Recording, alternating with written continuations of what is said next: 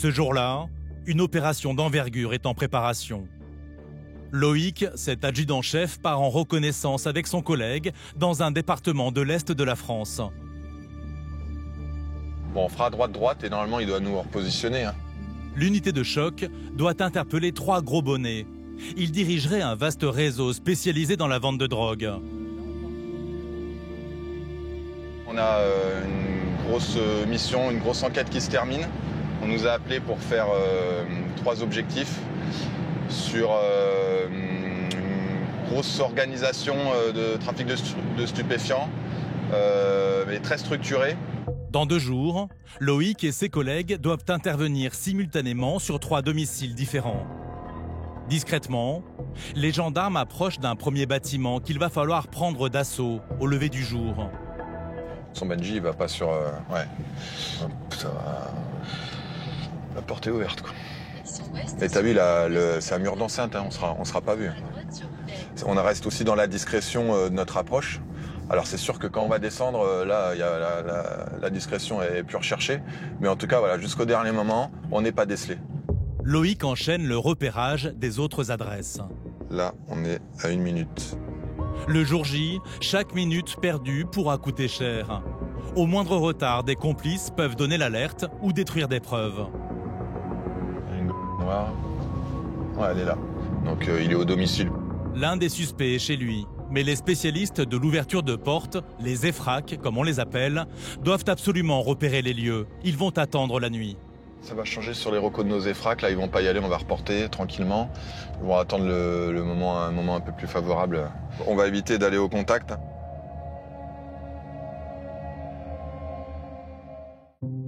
Le soir même, il est 1h.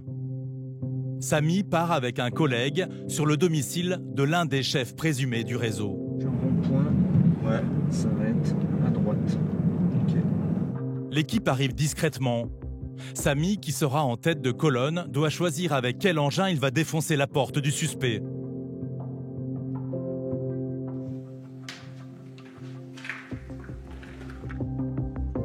Une fois l'étage repéré, Samy a quelques secondes pour examiner la porte d'entrée. Présence ou pas d'une serrure 3 points.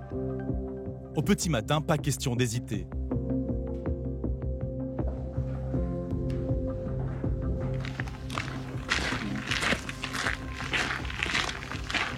D'autant que derrière la porte, les occupants sont loin d'être des amateurs.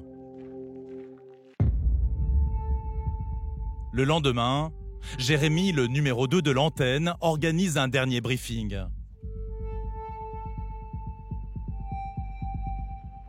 C'est un dossier stup que la SR suit depuis longtemps. Je crois qu'en tout ça fait pas loin de 2 ans. Ouais, 2 ans. 2 ans qui sont dessus. En gros, c'est 2 réseaux de stup qui sont hyper huilés. Dernier trimestre, ça écoule entre 300 et 400 kg d'héroïne. Et donc demain, l'Inter vise à couper, complètement mettre à mal ces 2 réseaux. Les 3 caïds brasseraient des millions d'euros en dealant héroïne, cocaïne et cannabis. Et pour protéger leur business, ils peuvent se montrer très dangereux. Ça, c'est ce qu'il envoie à ses potes, parce qu'il vient de récupérer un FM.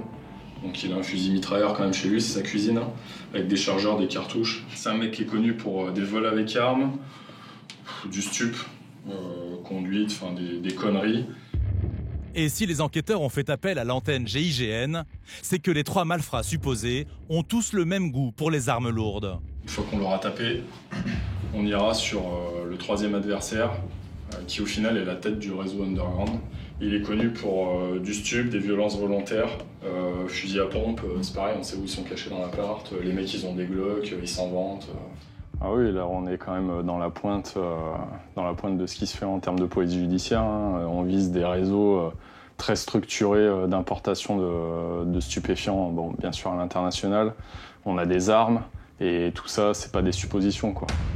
Pour éviter une fusillade, l'unité de choc doit les surprendre au réveil. Les spécialistes de l'effraction doivent défoncer la porte du premier coup. Donc il va falloir quand on arrive en haut, que vous fassiez un stand-by, parce que nous, il va falloir qu'on passe les mains pour marquer la porte. C'est le temps qu'on prendra nous pour vraiment être super silencieux. Donc toi, m'empêche. C'est toi qui progresse. Tu prends vraiment le temps pour qu'ils puissent avoir le temps de marquer comme idiot allemand et chercher leur point de céramique. Une opération risquée pour Jérémy, qui ne doit pas se louper sur cette grosse affaire. Déjà pour nous, une unité d'interpellation, c'est rare d'avoir un dossier aussi conséquent, mais même je pense dans une section de recherche, un dossier comme ça, ça arrive une fois tous les quelques années quand même. Ouais, 2 ans d'enquête, on voit que c'est bien dimensionné de toute manière. Là, on l'a vu, on le voit depuis 15 jours qu'on fait les recos. Voilà, on a même ce qu'on veut, nous, c'est leur faire plaisir réellement et que ça donne demain, quoi. Sur cette mission, c'est quand même la particularité d'avoir 3 objectifs, donc 2 en simultané et un 3e dans un second temps. Donc là, ça demande une grosse préparation en amont. Et vous allez voir, pour réussir cette mission, l'unité de choc va déployer les grands moyens. Le lendemain, 6 heures. Loïc et ses camarades sont sur le pied de guerre. Une quinzaine d'hommes est mobilisée. Steph est en tête, Samy derrière, l'hydraulique derrière. Vous deux, assaut 1, assaut 2. Steve, Toff et le reste de la troupe. L'unité se dirige vers le premier domicile, chez l'homme qui possède un pistolet mitrailleur dans sa cuisine. Ouais, la plupart du temps, quand on s'approche du Théo, voilà, on pense à la mission, rien qu'à la mission. Les gars se mettent dans leur bulle, ils savent tous ce qu'ils ont à faire. Et puis, voilà, jusqu'à l'instant T, puis on parlera tout à l'heure. Arrivés sur place, les militaires passent à l'action.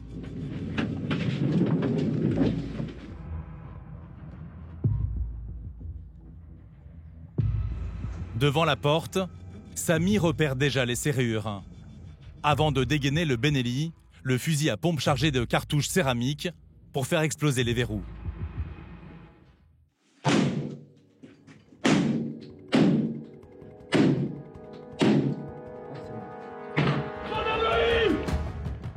Nous n'avons pas été autorisés à tourner l'interpellation. En attendant, l'individu surpris en plein sommeil n'a même pas eu le temps de réagir. Ouais, les gars, ça reparle. D'ailleurs, pas une seconde à perdre, car il faut neutraliser un 2e chef présumé du réseau. Bien passé, le premier individu a été interpellé, puis voilà, là on se concentre, on part sur la 2e. À quelques rues de là, l'unité de choc enchaîne avec ce 2e domicile. Accélère, accélère. Mais problème, l'occupant a une porte blindée. L'antenne GIGN dégaine la grosse artillerie, le vérin hydraulique et ses 4 tonnes de poussée.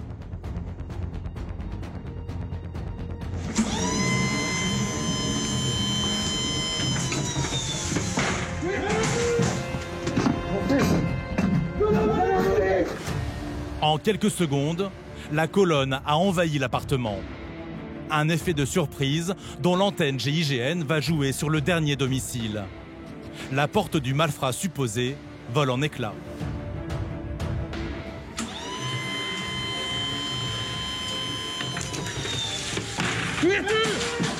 Ouais, le jour J, tout se passe bien, c'est conforme à ce qu'on a pensé. On interpelle donc en simultané un individu et ça se fait bien, tout est huilé et on va sur le dernier qui est interpellé sans souci à son domicile. Résultat de l'opération, 3 trafiquants présumés interpellés, sans compter la marchandise retrouvée sur place, de l'héroïne pure en quantité astronomique. Là, 30 kilos de pur. Hein. Les enquêteurs viennent de trouver la cache, là où ils pressaient à peu près 30 kilos d'héroïne. Là. De quoi gagner jusqu'à 2,5 millions d'euros à la revente dans la rue. L'opération a également permis de saisir plusieurs kilos de cocaïne, du cannabis et des armes. L'affaire est désormais entre les mains de la justice. Les 3 hommes encourent jusqu'à 10 ans de prison.